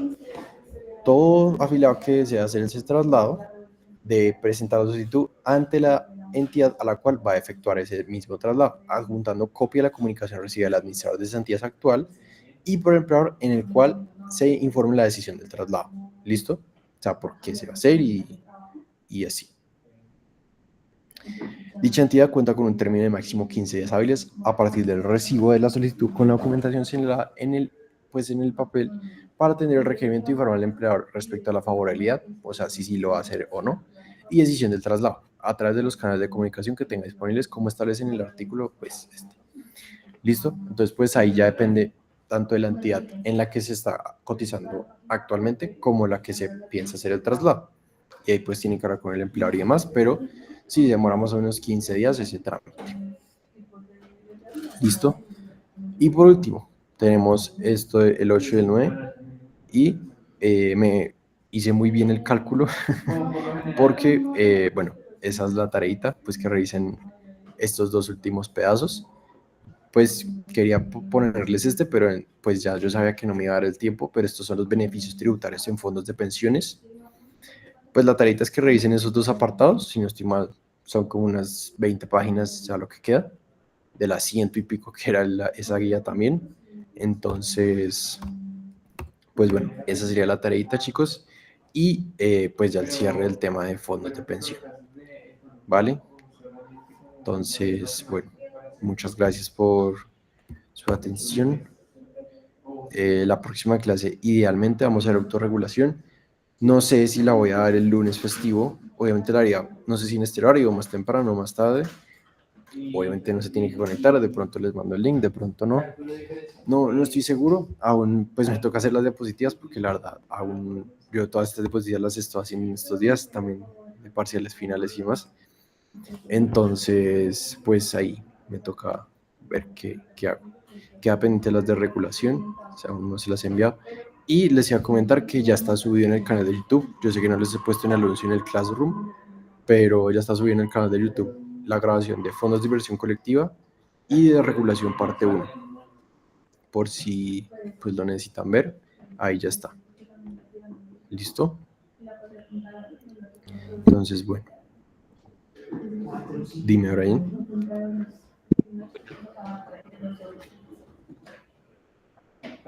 No te escuché, perdón.